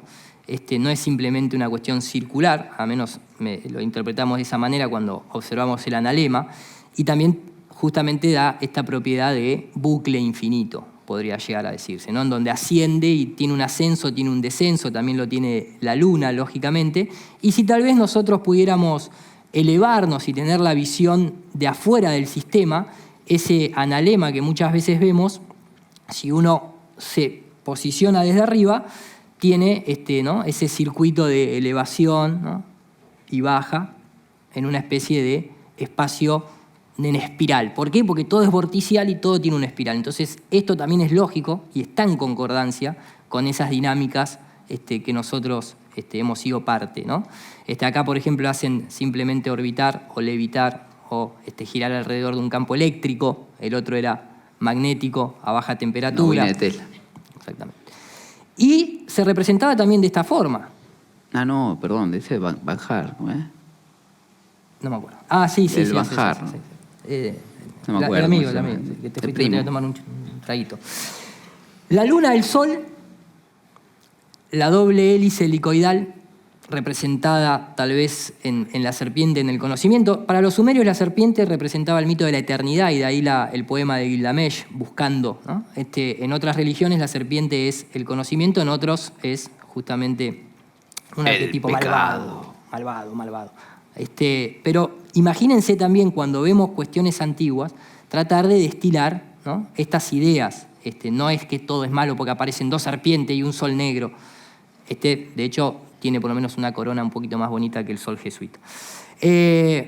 Por eso me gusta esta frase, ¿no? El viaje hacia la redención, la luz no deja de pulsar, de Gustavo Cerati.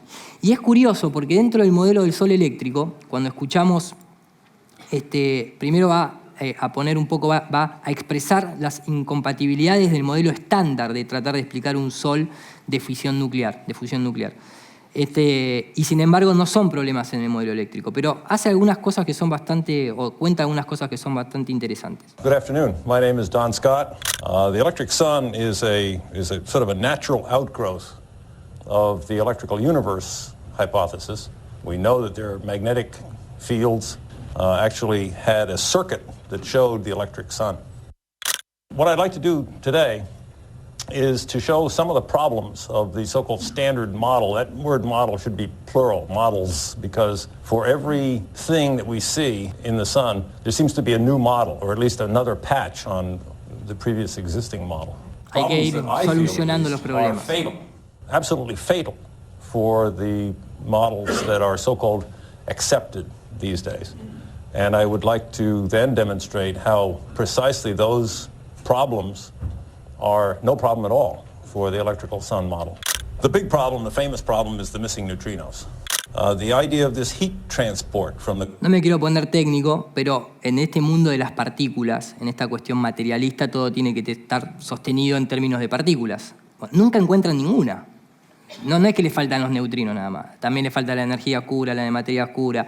Incluso en el modelo actual, todo es una onda y no una partícula, que puede parecer que actúe como una partícula, es una cosa, pero todo termina siendo una perturbación del campo, una excitación de un campo, y el campo, por definición, no es partícula. Ahora lo vamos a ver más adelante en una universidad. Son tan materialistas, diría el Lole, que hasta la antimateria se llama, fíjense. Antimateria, hay que meterla en un lado. Pero lo que pasa es que no quiero que se me cuelgue el programa, ¿no? Pero voy a adelantar aquí a partir de las propiedades del sol eléctrico, a ver si me funciona. Sí. Hay muchas cuestiones que son inexplicables en el modelo estándar. The sun actually oscillates in brightness from a few minutes to near an hour. ¿no? So the thing is pulsating. Está pulsando, ¿no? There's no way in this world, in this solar system, that could happen. And the third one is, to me, astounding if you haven't heard about it. That is, there's an expansion and contraction of the sun in the size of the sun. The thing actually bulges and fluctuates in size like a balloon. Y tal vez eso explique varias dinámicas que The tenemos. extent of that bulging is 10 kilometers. Y la pregunta es, ¿cómo sabés que son 10 kilómetros y supuestamente cuánto mide el diámetro del Sol en un millón de planetas Tierra?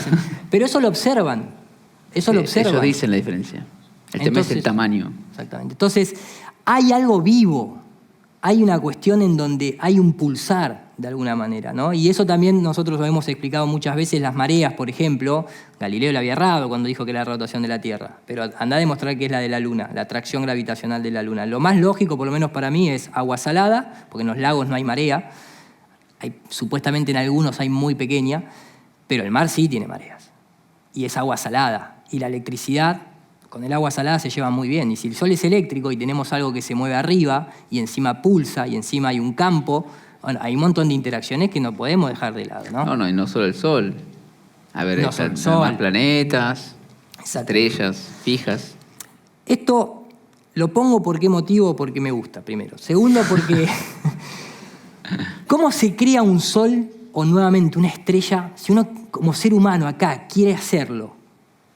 ¿Cómo lo puede llegar a hacer? Y es interesante porque tiene que primero aclarar de que el universo no es gravitacional. We are so excited to be here today. So the first time I met Paul, this was many years ago, I walked in and he said, Karen, I created this sun in a jar. I got this star in a jar. I'm like, you're kidding me. He's like, oh yeah, all that stuff you've learned, put it on the back of your brain because I'm going to show you something awesome. But this is just to show off. This is to show off Paul and some of the really neat ways that elements work and that chemistry works. And So what this really is a oversimplification of what Dragon really is. It's combining a yin and yang energy frequency together, and they both attract. They want what each other has. There's value in that exchange. So, contrary to what they teach in science, Pecador. Contrario a lo que enseñan en ciencia, ¿no? Ya empezamos mal, amigo. Contrary to what they teach in science, the universe is actually magnetic and light. The universe is actually magnetic and light. It's not gravitational driven. It's not gravitational driven. So what this is I'm going to induce an electrical and magnetic field. This outer ball is the male or yang field, and this silver one inside is the yin or female field. Mal porque hay que ver cómo se declara eso. No, boludo, está asumiendo. Está asumiendo género. No, energía, dijo. Okay. So just like males and females like to do, they are going to go at it. So with no further ado, I'm going to now put this over. Y ahí tenemos. In order to help. So instead of a sun actually being a fusion generator eating its own hydrogen and helium, and over time, it's going to use all of its fuel. It's actually the sun is actually being powered. Y ahí está el tema. No se fagocita a sí mismo esa energía. No se va a terminar, como dicen las noticias todos los días, cae un meteorito, cae un asteroide, el Sol se termina en 5.000 millones de años. Acá hay algo más que lo potencia. Y esto también coincide con mucha gente como Eric Dollar y demás, que dicen, la realidad es que no sabemos de dónde está potenciado. Pero hay algo que lo potencia. Y la acabo de cagar toda. Y sí, porque se te fue. Se me fue. ¿No? A ver. Ahí, ¿no? Aquí. Y la cagué más todavía. Ay, Daniel, ¿por qué me permitís hacer esto? Daniel, no me permitas. Bueno, el tema es que lo que va a decir es... lo que va a decir es la realidad. No sabemos. Está potenciado desde algún otro lado que nosotros no sabemos de dónde obtiene la energía. Tal vez la obtenga desde ese centro, ¿no? Desde 198 carats. No, porque hay backup, hay backup. Está re loco este. Hay backup. Entonces, el tema es esta cuestión, incluso en modelos, por ejemplo, ¿no? Hablando del Sol, esta cuestión de las llamaradas solares, por ejemplo. Sí, bueno, mirá, parecen arcos eléctricos también, ¿eh? Esta es una observación al Sol, ¿sí? Y recordemos que los campos magnéticos y eléctricos curvan de alguna manera la luz. Esto es una representación gráfica, simplemente, no podemos decir que esto es así. Pero hay propiedades dentro de lo que nosotros vemos como el Sol, de esas llamaradas, ellos le llaman llamaradas. Bueno, podrían ser arcos en lugar de llamaradas, ¿no? Podrían ser arcos voltaicos. Incluso dentro del universo eléctrico, uno de sus padres, Christian Berkland, premio Nobel, de hecho, estaba obsesionado con el tema del universo eléctrico y ha reproducido incluso hasta los anillos de Saturno eléctricamente. Obviamente, si uno quiere, puede creer que todo esto son pequeñas rocas orbitando el planeta Saturno en perfecta armonía, sin ningún tipo de distorsión, nunca se chocó una con la otra, nunca salió volando una, ¿no? Y ese tipo de cosas. A mí me parece que el modelo eléctrico incluso puede explicar cómo se crean cráteres, cómo se crean montañas, valles, incluso a nivel celular, también en nuestro propio microcosmos, terremotos, erupciones volcánicas, siempre se ven destellos de luz, siempre se ven interacciones eléctricas en los volcanes y en las erupciones y en los terremotos. Y también se puede explicar eso desde una perspectiva de universo eléctrico. Acá se intenta simular a través de una inducción eléctrica en un recipiente con tierra cómo se van generando, cómo la electricidad también va generando rayos internos abajo de la Tierra y por eso muchas veces terminan escapándose hacia arriba. Voy a adelantar un poquitito para que se vea. Ahí ya se empieza a ver efectos secundarios, temblores secundarios, terciarios inclusive, obviamente esto es a escala, lógicamente, ¿no? Ahí se puede ver cómo debajo se empiezan a generar todas estas ramificaciones. ¿Bien? Entonces, esta cuestión del modelo estándar incluso puede explicar meteoritos, vamos a llamarlo de esa manera, que son los rayos globulares, que es justamente la única evidencia que tienen, es siempre la de un auto ruso que filma, ¿no? un meteorito. Son de la familia de los sprites, de los espíritus del cielo, porque la palabra sprite significa espíritu. Eso que nosotros siempre vemos que nos venden como un meteorito que entró a la Tierra, es una descarga eléctrica. Y de hecho se llaman rayos globulares, por eso tal vez nunca se termina de encontrar el pedazo de roca, ¿no? Supuestamente. Incluso la formación de la Luna, tal vez no en términos de cráteres simples, eso podrían ser productos del impacto exterior, pero nunca hay arrastre, ¿no? Es como que de golpe todo se maneja como la electricidad, que todo es perpendicular a la superficie. Entonces, hay un montón de tipos de cráter en la Luna que no se pueden explicar con la idea de que, bueno, aunque haya venido orientada y no generó ningún arrastre, haya podido generar este tipo de cráteres.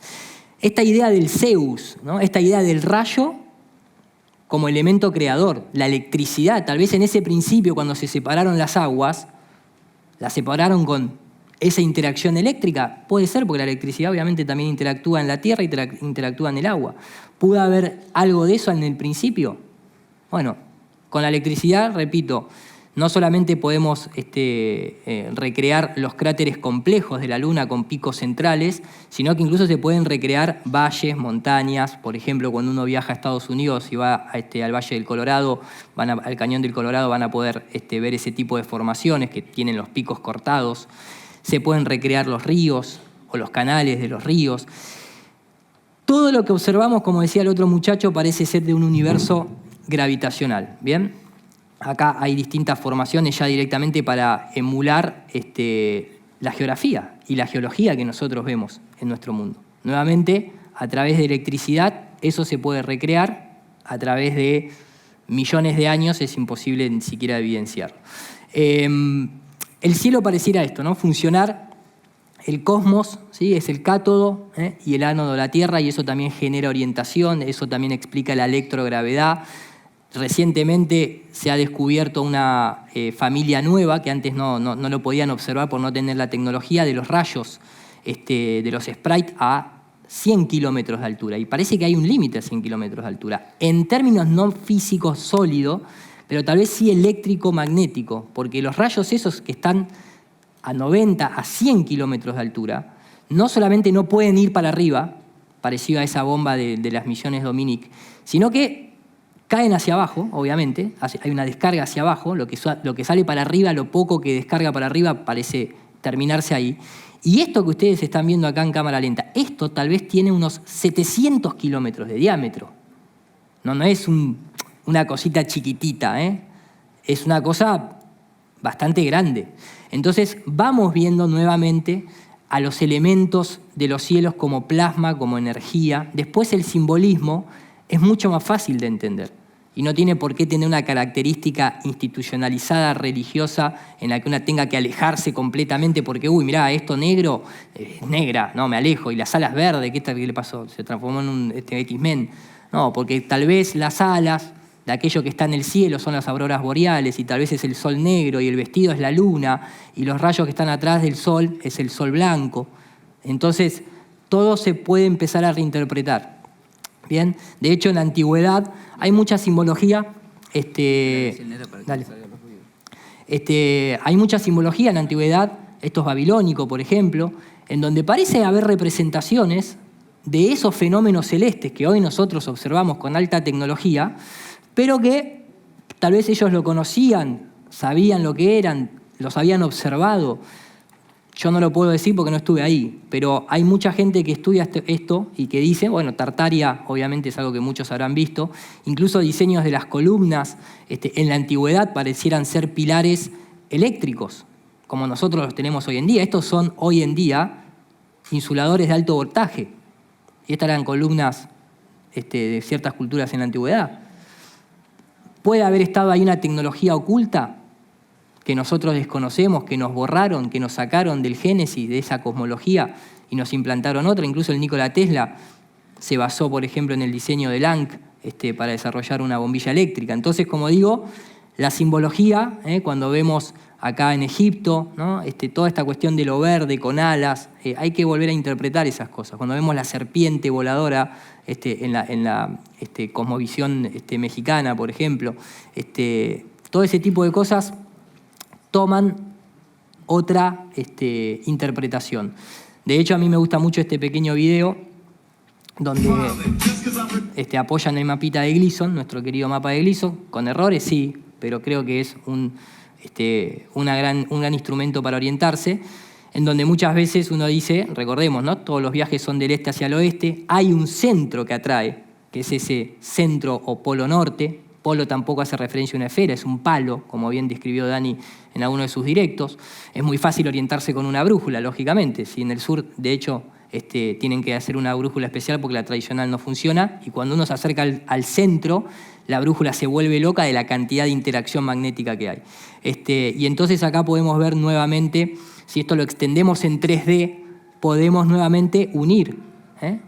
Acá se puede unir y nuevamente tenemos el toroide en representación magnética. Y de hecho tal vez el templo de Salomón, una alegoría al templo del sol, de la luna y del Om como representación de también nuestro potencial, nuestra energía. Nosotros se puede construir el templo de Salomón para simbólicamente rendir culto o hacer alguna actividad ahí adentro. Sí, se puede. Donald Trump lo va a hacer, quédense tranquilos, muchachos. Ya lo sabemos. Pero no tenemos que esperar a que se construya porque nosotros estamos adentro ya del templo de Salomón o de Sol and Moon. ¿Bien? Igual que el arca del Zodíaco, de Zodiac, el arco con los animalitos, esa es el arca de Noé, ¿no? Hay muchas representaciones de astroteología. Y en cuanto a cómo se comunican las cosas, el campo de lo eterno, ¿no?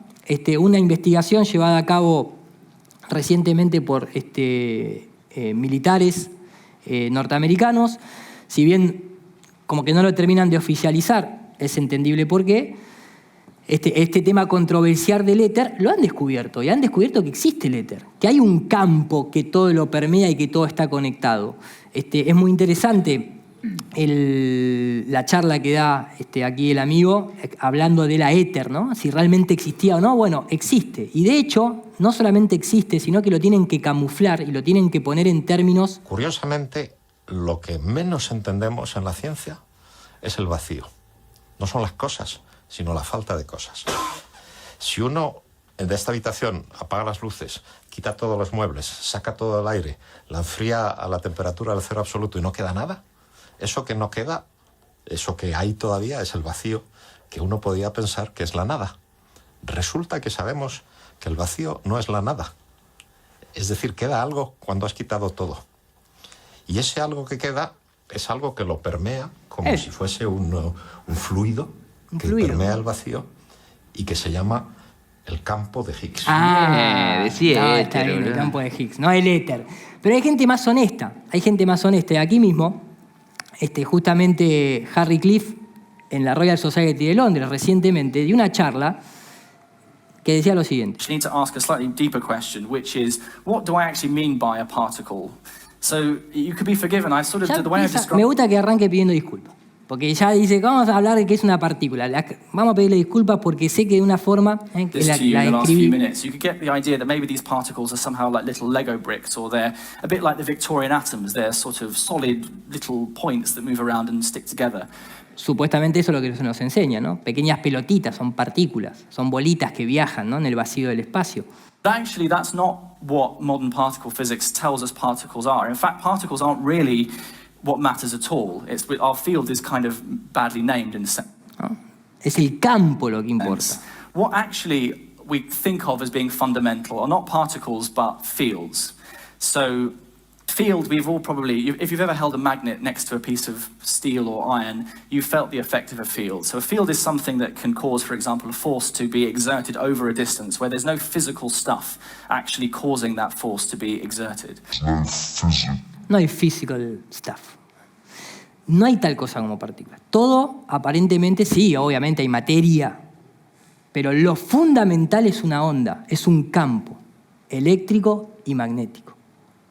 Por eso nunca van a encontrar el gravitón, por ejemplo, ¿no?, que es algo que se busca mucho en la ciencia. Inclusive me gusta mucho esto de Eric Dollar cuando le preguntan si hay un aspecto, ¿no?, si él encuentra algún aspecto entre la ciencia y la metafísica y la música, ¿no? Borders science and metaphysics. I mean, I don't know how else you can do it, but just let me ask you. Perdón, esa no fue mía, ¿eh? Aparentemente. Vamos de vuelta. Estamos acá al final. Quédate tranquilo que se termina acá en 5 caracteres. Yo no me quedo. Tranquilo. I have a question for you that's borders science and metaphysics. I mean, I don't know how else. Él es Eric Dollar. But just let me ask you. El Tesla 2.0 podrían decir algunos. From what you know, do you feel electricity comes out of the ether, like in electrostatic or magnetic, through electrostatic or magnetic forces? Is that where it comes from? Well, electricity is ether polarized into those things. Polarized into those things.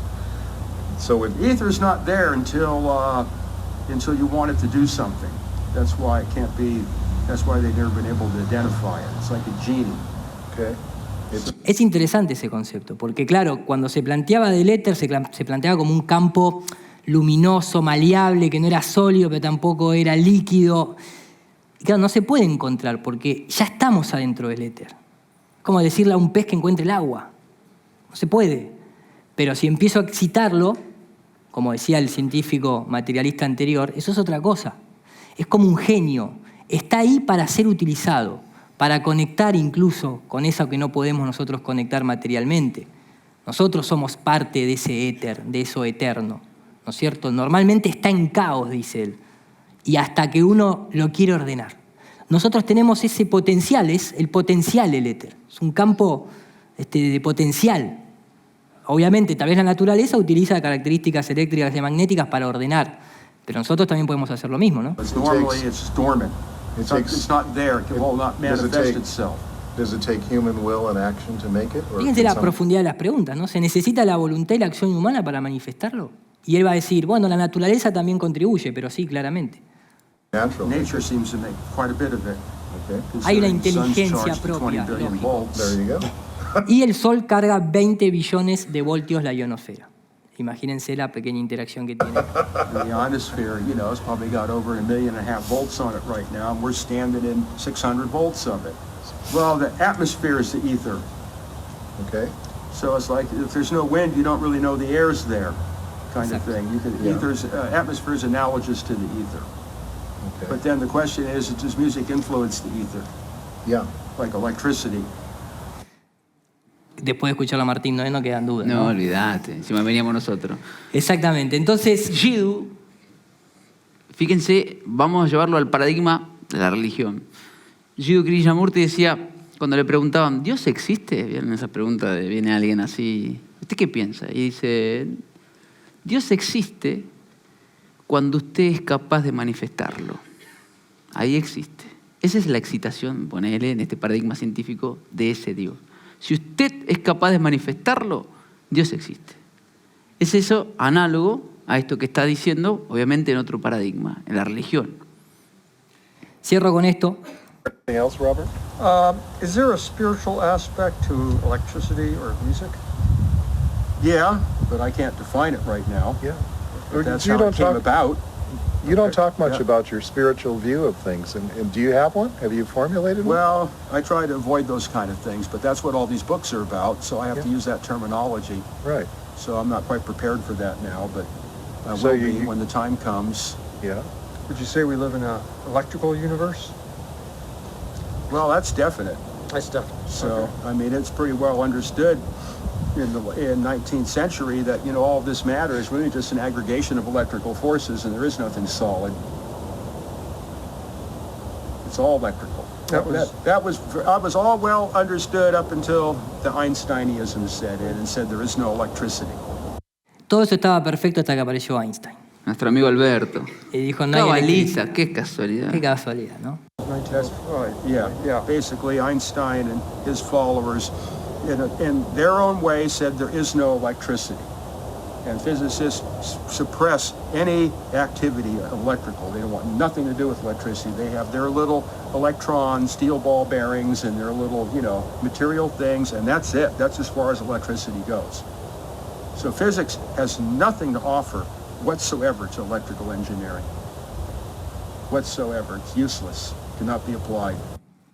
Es interesante, al menos para tener en cuenta, recordemos para aquellos que no lo conocen, Eric Dollar es tal vez uno de los más abocados en ayudar, en contribuir a esta cuestión de definir el universo, el cosmos eléctrico. Pero fíjense que la pregunta parte siempre de algo espiritual. ¿Hay una relación espiritual? ¿Vos por qué no querés hablar de tu tendencia espiritual? Bueno, porque sabe también en las aguas que se mueven, pero es inseparable. Como lo hacen ellos también, cuando quieren explicar, ¿no? Ellos, con lo que decía Dani, intentan separarnos, pero nosotros somos indivisibles. Es el individuo. Queda en nosotros volver a religar, a hacer nuestra propia religión nuevamente, sabiendo que como es arriba es abajo, que tenemos el mismo potencial, que están disponibles todas esas fuerzas para esas herramientas para nuestra propia beneficio, si se quiere, ¿no? Y voy a cerrar con esto porque no hay más tiempo, quedaron algunos temitas en el medio, pero Los invitamos al evento. Los invitamos al evento de Mar del Plata, eso sí. Mar del Plata, obviamente. los muchachos van organizando el Mar del Plata. Cuando se le pregunta a Guy Consolmagno, en términos nuevamente del Génesis, termina diciendo algo que es muy interesante, que es lo siguiente. Why didn't God, when he inspired the writing of Scripture, give a more scientific, truthful, literal account of what happened? Why didn't God inspire the Bible to say, in the beginning there was nothing except me, and then I did this, and then over 1 billion years this happened, and then over another 1 billion years this happened? Why did he make it seem so fantastical? Not that real creation isn't fantastical, but that description would have seemed fantastical to anyone up to 50 years ago, and that description would seem primitive in 1,000 years. There is no description other than poetry that could possibly be timeless. that's quite a good answer. I'll give you that. Y no está equivocado, ¿eh? No está equivocado. Hay una verdad que trasciende la época. Esa es la que en nuestra época tenemos que apropiarnos. O sea que ustedes estaban esperando que hablemos de ciencia. Sí, electromagnetismo, pero hablamos de los demás paradigmas. Estamos hablando de la religión también, del paradigma de la religión. Acabamos de hablar de Dios. es eso, no es que hablamos de otra cosa. Entonces ahí cada uno trate de detectar de qué estábamos hablando recién. Y pareciera, ¿no? En esta dinámica, y este sujeto está diciendo algo muy correcto. La poesía es la única verdad, decía Gustavo Adrián Cerati. Ah, mira, no sabía eso, disculpa. No, por favor. Recordemos que incluso en inglés Dios es God, G-O-D, generador, ordenador y destructor. Y nosotros somos eso. El mito de Shiva lo explica muy bien, ¿no? Cada uno de su propia... Y a veces hay que destruir, porque a veces ya no se puede arreglar. Es mejor destruir para volver a crear algo nuevo, pero tenemos la posibilidad también de eso, ¿no? Generar, ordenar y destruir. Cada uno que haga el uso que más le resuene. Todo es mentira, ya verás. La poesía es la única verdad. Sacar belleza de este caos es virtud. Creo que es una gran frase. Hablando de Génesis, ¿no? La canción no era de él, pero... No, está bien, es verdad. Muy lindo para describir, ¿no? Cuando todo era nada al principio. Él era el principio y de la noche hizo luz y fue el cielo y esto que está aquí. Hubo tierra, agua, sangre, flores, todo eso y también tiempo. Claramente digo que este fue el mundo del humano y así fue. Hombre y mujer, eso lo puse yo porque decía hombre, no quiero tener problemas con nadie. Hombre y mujer que yo te podría miras... varón y mujer. Tenés razón, maestro, porque es mucho más del Génesis el varón. Varón y mujer que te miras en las aguas para ver quién sos, mírame si quieres verte, porque imagen mía sos. Ya lo hiciste, vives solo hoy. Hubo pueblos y países y hubo hombres con memoria. Claramente digo que este es el mundo del hombre y la mujer que contaron todas estas cosas. Se contaron. Y fue así. Porque hay que hacer memoria, ¿no? Y de alguna manera esta charla venía de esa. Y de eso era el feriado. Y de eso era de la memoria. Resignificar la memoria para nosotros. Y como dice Ciro y los persas, en una canción de Los Piojos, en realidad si no existe la memoria, todo lo nuestro es suicida. Y de eso se tratan estas charlas, sobre todo cuando se filman y se transmiten, ¿no? Que quede un registro y que cada uno luego destile lo que más desee. Dalí lo dijo de esta manera, que lo más importante... Otra pregunta que sea un poco más inteligente y acabamos. ¿Qué es más, en qué se realiza mejor su genio? Prepárese, querido amigo, porque eso es la última pregunta que voy a responder. O sea, mi genio, ni en la pintura, ni en el grabado, ni en la acuarela, ni en las joyas, ni en la litografía. ¡En la cosmogonía! ¿Qué es la cosmogonía? Apréndelo. Muy bien. Ahí está. Cree cada uno su propia cosmogonía.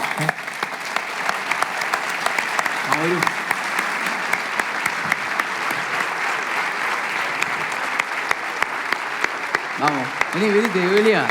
Giro Landucci. Daniel Márquez. El paradigma científico. Segundo encuentro Tierra Plana, Buenos Aires, 2023. Recordando el origen de la cosmovisión.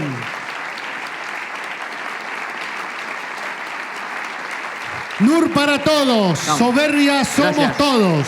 Muchas gracias. Gracias. Muchas gracias. Muchas gracias.